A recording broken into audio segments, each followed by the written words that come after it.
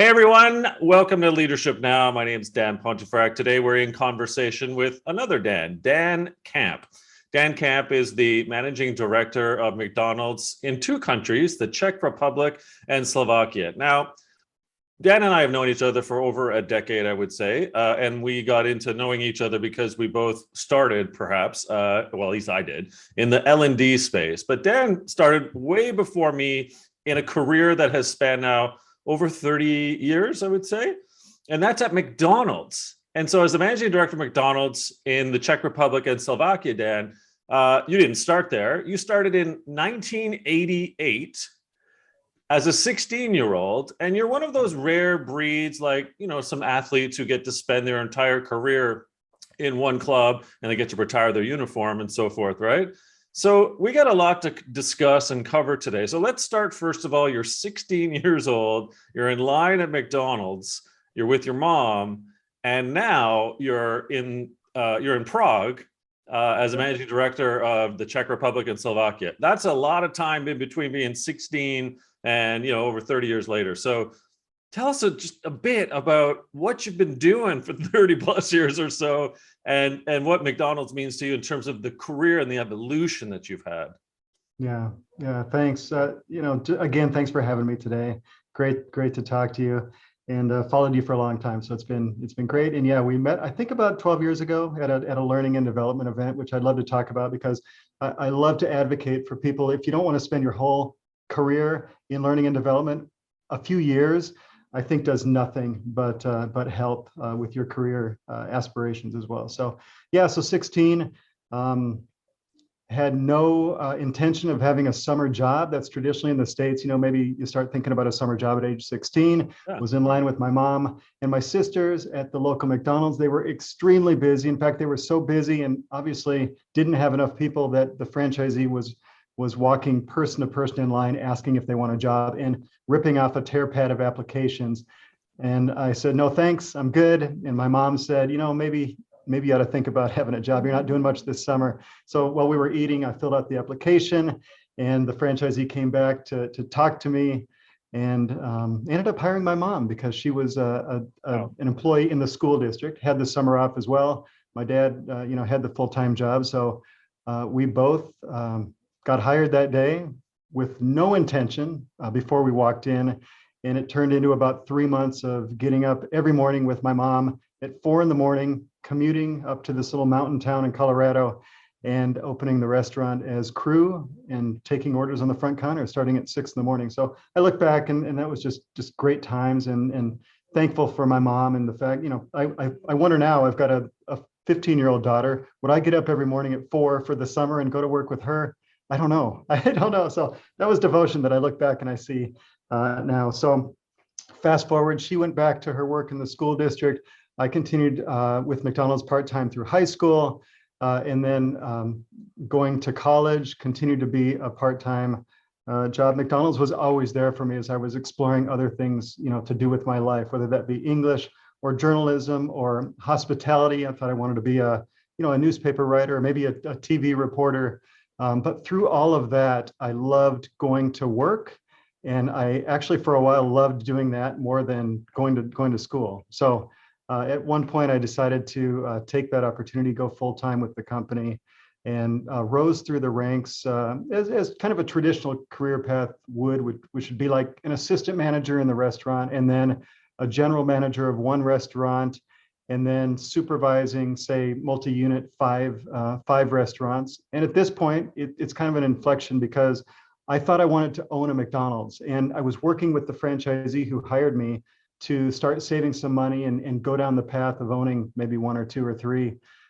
So that's what I thought I was going to do. And my franchisee came to talk to me one day and he said, good news, bad news. Bad news is you're not going to be a franchisee because I'm retiring. He was retiring. He didn't want to. He'd had a great career in McDonald's. Good news, he had arranged for myself and a couple other folks to get picked up by the company and become staff of McDonald's that way. So that's where kind of the turning point went from working for a franchisee in a restaurant to just multiple opportunities to work at either the supervision or the consultant level. So just quickly, a couple of different positions running company-owned restaurants. McDonald's is like 90 3% franchised and 7% company restaurants. So I got to do a couple of different positions running those company restaurants, and then consulted to franchisees, and then got to deploy new products and various new initiatives. My last position, I was in charge of about 700 restaurants in the Southwest United States, with operations and a little bit of marketing, a little bit of franchising, and then my current position here in the Czech Republic. But I want to swing back to the time at HU, Hamburger University, McDonald's famous, world famous training center. But because I thought that was integral. Do you want me to swing back to that now, or what do you think? Yeah, let's just before we go there, one thing I want to ask you about is another thing that people forget is being in one organization, they may also have to be in one city. And your evolution of your career, Dan, has seen you in multiple states, multiple cities across the US, and now, of course, you're in Europe. So give us a bit of a sense of, I guess, your gumption, your courage, your ability to embrace change when you're actually talking about where you live to do your job in McDonald's. Yeah, that's important. And I think, like many companies, there's kind of many companies that are either national or multinational. There's probably a good chunk of people who are good living where they are, and for various reasons, they want to stay put, right?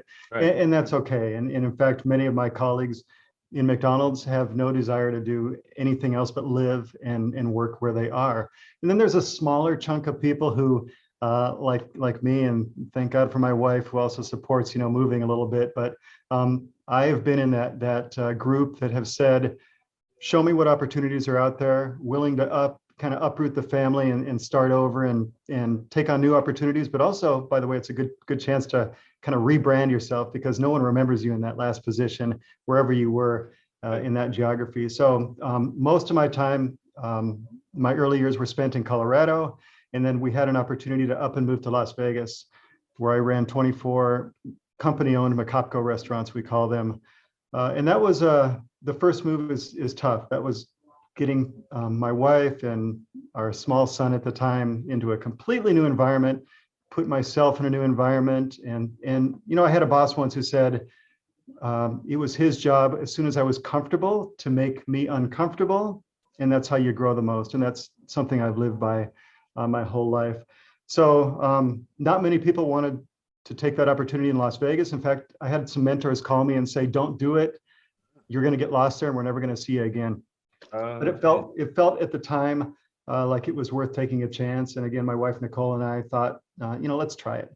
And we could be there maybe 2 or 4 years. It just turned out to be 2 years, which was really, really perfect timing. And I guess at that point, I was growing as a leader and I was kind of figuring out what I stand for. But there was a piece that I felt was holding me back a little bit. And I'll tell you what that was. That portion of my leadership was that I had a severe case of stage fright. I did not have any desire to talk in front of a group, right? So I could coach a small group of managers or supervisors and we could get stuff done. But as soon as I was on stage or had an opportunity to address, say, 100 or 200 people, I didn't want to do it. I couldn't sleep the night before, and it was a disaster in my mind. And my boss and I sat down and I said, I got to fix this. And he said, you know what, you're right. And he said, my honest feedback for you, if you don't, you're kind of plateaued in your career. So at that point, we decided, how do you get better at something? You practice. So that's when this opportunity to get into the L&D world became available. So I was interviewing for a manager position at Hamburger University, learning and development, world famous headquarters, Oak Brook, Illinois at the time. Now it's Chicago. And I remember my interviewer asked, why do you want this job? And I said, honestly, it scares the hell out of me. I don't know if I want to do this. I don't know if I can do this, but I know if I don't do this, I'm not going to go much further as a leader. So my honesty paid off. They hired me after a few years of figuring out the L&D world and seeing other people both blossom as like facilitators, but also seeing hundreds and hundreds of students become engaged and inspired. It was truly that event in my career that opened up, new opportunities. So because of that, I mentor people who are afraid to talk in front of people. It's a huge affliction, as you know, or it's a huge challenge for so many people. And it's enabled me to take on new levels of leadership. What a nice segue, because those that are unaware, HU Hamburger University is McDonald's corporate, I suppose, right? It's the institute of all things leadership, management, learning, career. And it's often rare to actually talk to people who have been inside of that as a leader, developing future leaders or current leaders of McDonald's itself. So the segue question, I suppose there's two here, Dan. And the first is, what is it like, first of all, inside of Hamburger University? And why, I suppose, the sort of follow up to that is, why is it so venerable? What is it that makes Hamburger U? And then secondly, we'll get into you inside of there and sort of what you learned and then how you evolved out of Hamburger U. So tell us a bit about itself, HU. Yeah. So HU is one of those true institution in American business, right? And it's world famous for a reason, because it truly has a really great success record of taking students from maybe not a traditional, university or MBA degree on how to lead people, and teaching that through the eyes of a restaurant and restaurant management. As you know, leadership principles are the same if you're running an auto manufacturing plant or running a restaurant. It's how do you lead and inspire and motivate people, and that's taught very well at HU. I'll tell you, that was an evolution though, because when it opened decades ago, it was more about, we called it the nuts and bolts. So truly, how do you put a shake machine together? How do you troubleshoot food cost? How do you find if you're wasting too much of a product and maybe make a little bit more money on the P&L? So that's really what it started as, but the transition was more to those transferable leadership skills that really work in any situation. So you ask what it's like behind the scene. It is a group of facilitators who are not totally professionally trained, but again, many of them grew up in the restaurants, but HU is famous for taking those people and making them into really good facilitators. So that's important, because when our restaurant managers come in, or our future franchisees, people who want to own restaurants, it's like a year curriculum to get to this capstone class at HU. But the professors at Hamburger University have this week or two to truly inspire and change thinking and let franchisees or managers know that they may be running one restaurant in the middle of Nebraska, but they're part of a global history and a global brand, and part of a much bigger culture, right? And just part of history. So it's magical. The staff really works hard behind the scenes to make sure that the experience is unforgettable. And if you're ever on LinkedIn, and if you ever come across people who've graduated from this capstone class at Hamburger University, they are truly inspired, and they want to go out and they just want to, rule the world. So I'll tell you, it comes from hard work and a lot of behind the scenes, but it's great. And we've got truly decades and decades of people who, when I mentioned I work at McDonald's, who have some sort of contact or knew someone who went to Hamburger University, and their whole career has changed for it. So yeah, it's great. Here you are, right? So you've spent years in McDonald's in various positions as a 16-year-old, as a 20-year-old, and then you found your way into Hamburger U. And so now you're delivering leadership, if you will, inside of Hamburger U to other leaders and the franchisees. And then at some point, obviously, you've now made a decision, okay, I think I want to graduate out of Hamburger University and do something different inside of still your career at McDonald's. And what I've found is that, again, there's a lot of fascinating and wonderful people in the L&D space, and not a lot of them graduate out, not because they shouldn't or should. It's just that they have some have pigeonholed themselves to say, I'm in L&D, I'll never get out of L&D. And here you are, someone who at the venerable institution of McDonald's, inside of another venerable institution called Hamburger University, actually evolved and graduated out of with your career. So can you give us a little bit of inside your brain, Dan, as to, what was going through your mind and how and why and when, I suppose, you got out and what you did next before we get to Prague and the Czech Republic and Slovakia? Oh yeah, for sure.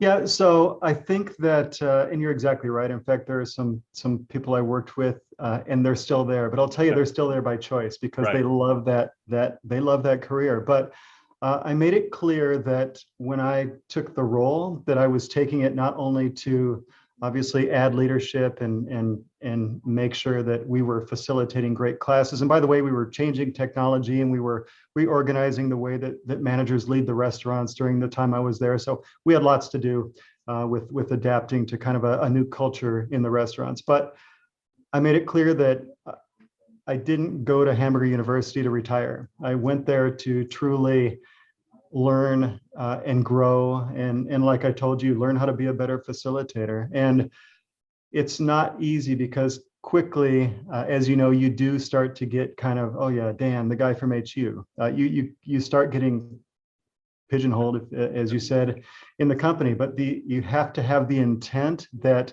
you continue to tell your story. I'm here, I'm making an impact, we're doing great stuff, and next I would like to take whatever opportunity. So numerous times while I was there, I set up meetings with other company leaders just to make sure, again, just 45 minutes to let people know what's going on and truly what my intent was. And by the way, I've coached at the last year that I was there, I was actually recruiting people from the field to come in and do what I had done as well. And my coaching was, you got to stay in contact. You've got to have a plan. You've got to tell everyone you know your story and what you want to do next. So I think that for some people, it's a great career, but for others, it's a great stop for a couple of years. Again, because if you can learn to facilitate a class of 40 people or a conference of 5,000 people, it also helps you facilitate one-on-one conversations, and it helps you when you're talking to your staff, and lots apply when you're training professionals to the next part of your career, right? So you have to be intentional, and I mentor a lot of people, and I tell them the same thing.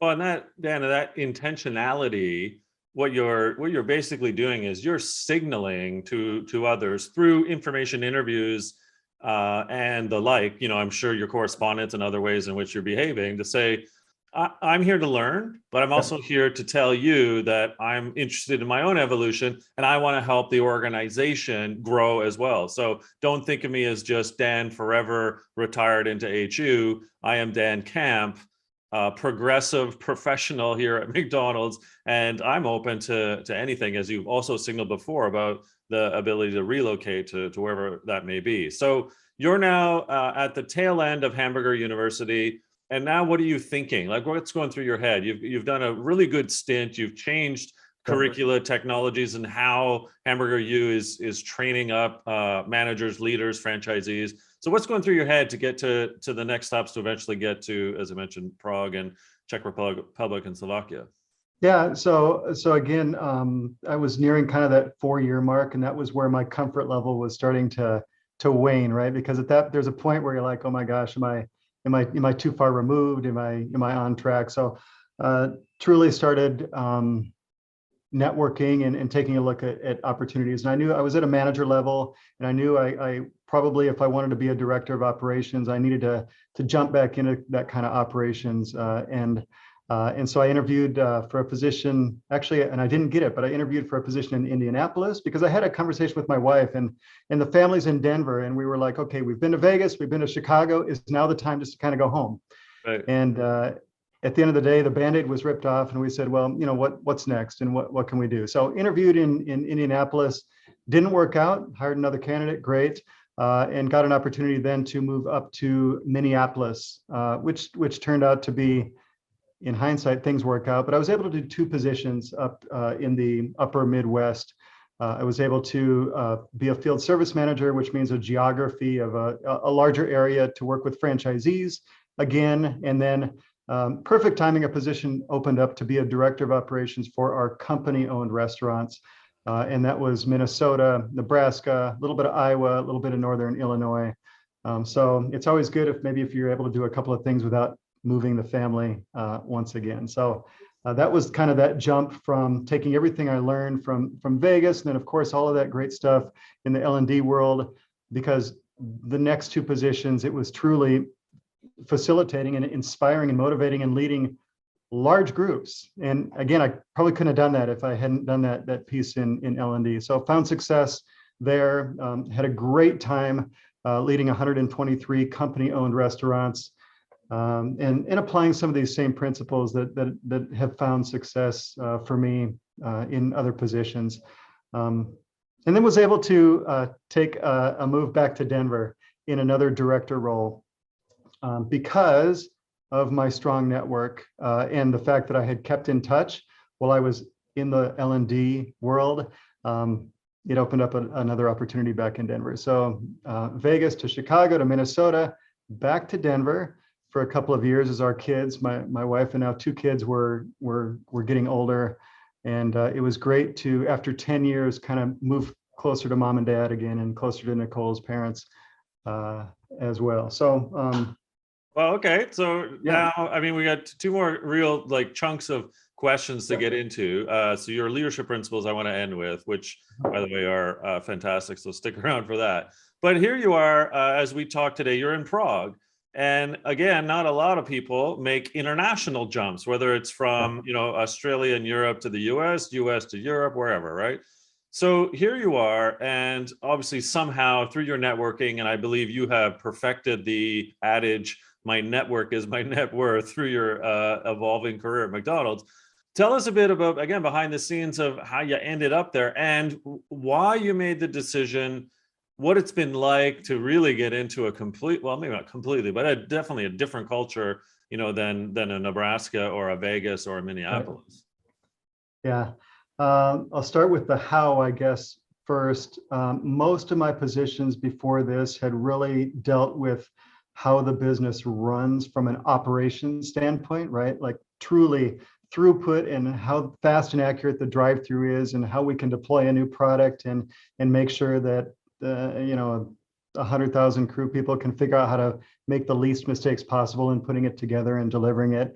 And I saw this as an opportunity to touch the other parts of the business that I hadn't yet. So as managing director, I'm truly accountable for everything in the two countries that I manage. And that means not only operations and marketing and franchising that I've done forever, but add on to that real estate with looking for new sites, and development with building buildings, and finance with managing a huge G&A budget and making sure that we're hitting our operating income. And just truly IT. So I've got a group of folks who keep our cash registers running and our kiosks, our self-order kiosks in the restaurants, and our app and our menu board. So this was an opportunity to take the whole business. And I go back to my first boss, who said, when you're comfortable, you got to get uncomfortable, or things will probably slow down for you. So this truly made me uncomfortable. It made my wife and family uncomfortable. And it's everything from moving during COVID. So normally in a large company, you maybe get a week or two to go out and see if the environment's going to be right or what you think it is in real life. So we didn't get that. So when we landed in Prague after I had accepted the job, it was our first time in Prague. So we truly got off the airplane and that was it. We're here. And the first barrier was the language, right? Everybody speaks Czech, and about 50% speak English, maybe a little bit more in Prague and the major cities, but truly that's been a huge challenge. And you throw in the fact that Czech, I think it's a beautiful language. It sounds like music to me, but it's extremely difficult to learn. It's one of those Slavic languages that are just not, if you've grown up in more of the Latin world, they make no sense. So that's been a huge adjustment. And then of course, from a personal side, everything truly is different. So you take everything you learned in the US, and it's just culture and customs and traffic, and everything is different. The big difference on the company side is that when I worked at HU, that was kind of the center of the world for McDonald's. We call it MHQ, McDonald's headquarters. And in the US, most decisions are made out of MHQ. And then those of us in the field just really have to execute. So the plan's here and we're all executing in the field. And by the way, if you need support in something in the US, somebody at MHQ can probably help you out. So here we run our countries separately in Europe as their own entities. So well, I didn't have an IT team in the States because they were taken care of at the national level. I've got a team around the corner here in my office. If we want to develop and create and market a new sandwich, that's up to us, right? If we want to take a different strategy in acquiring customers digitally, that's us. So truly, the culture is, I've got support and we've got support if we need it, but we get to make the decisions and kind of create our own destiny here. So it's a completely different world on the career side for sure. Amazing. So you're upholding the brand, the integrity of McDonald's, Yeah. but have the autonomy to figure out what's right for and different for the Czech Republic and Slovakia. Amazing. Yeah. Why don't we end then with what is another rarity? And Dan, this has been fantastic because you seem to be a rarity, and I hope people are gleaning all kinds of great morsels of career evolution, learning, leadership evolution, and just frankly life evolution. So good on you. The rarity point I want to bring up here is the fact that many leaders do not have their own core leadership traits or tenets. In fact, they may not even, not only do they not have them, they don't publish them publicly. And Dan, you're someone that has done that. And your four core leadership principles of innovation, inspiration, influence, and inclusion, they're four words, but you've also actually defined each of them, what they mean to you, and essentially how you want to show up each and every day. So let's end here with this, and that is, what possessed you to think about what your core leadership principles ought to be? And then somewhat obviously you might expect, how are you employing them in your career to date? Yeah, first of all, it was during that time at Hamburger University again where I took enough time to figure out what do I want to stand for, because at that point I was starting to mentor other leaders, and I was able to kind of talk through how I've seen success and maybe give some advice, but I wasn't able to consistently share that. So that's when I sat down and I said, I got to figure out who I am, right? And those four words, innovation, inspiration, influence, inclusion, those truly are what I'm, forget McDonald's. I'm passionate about that as a human, as a father, as a leader, as a community member, and they just happen to work really well in leadership, I think, as well. So I sat down and I said, if we know people talk behind my back, can I control what they're saying about me? And by living, by stating that this is important to me, and then living them, am I able to set an example and truly be a little bit more just a consistent leader? And by the way, I had a one-on-one with my franchising director on Friday, and turned into a coaching conversation because he's wanting to continue to grow his career. I pulled up my LinkedIn and I said, just so you know, here's kind of what I've done that works for me. And I read these four attributes, and he looked at me and he goes, you've been here about 6 months, and I see that you're living that. And I said, yes, I hope that I am. Because this is the North Star, the guiding star. If I'm making a decision, if I'm acting or leading a certain way, I should be able to link it back to what's truly important for me, how I want to act, so my kids are proud of me, right? And someday when I leave the company, if people say the guy was a good mentor, a good leader, and consistently taught us what was important at home and in the business, that's good enough for me. So that's how it came to be, and I continue to look back at them. I've evolved the wording a little bit over the years, but they've truly stuck with how I find success. It's utterly amazing, Dan. Again, you're a testament to the types of individuals that I'm trying to seek out and highlight. Those individuals whom don't use leadership as a pedestal, don't use leadership as a quest. They use it to give. and to tell others that, I haven't figured it all out, but learn from me as well. I can help you with certain things that have gone right and wrong in my life, but I'm here to pull you up rather than to push you down. And Dan, you've demonstrated that in spades. I can just imagine how much your kids look up to you as the dad you ultimately, and I'm sure are around them. This has been wonderful. What if people wanted to learn more about Dan Camp? Is it LinkedIn? Where else could we find a little bit more insights on you? Yeah, you know what? I'll tell you, LinkedIn is probably the best. I've had the pleasure of doing a couple of interviews recently, but they're in Czech, right? So it's probably easier unless you speak Czech. Find me. I tend to translate as much as I can on there. But I'm always happy to talk, and please feel free to connect. And you and I are passionate about creating leaders, so that's what I want to do. So please, reach out. Amazing. Dan Camp, he's the managing director of McDonald's in the Czech Republic and Slovakia, and I would say world-class leader to boot.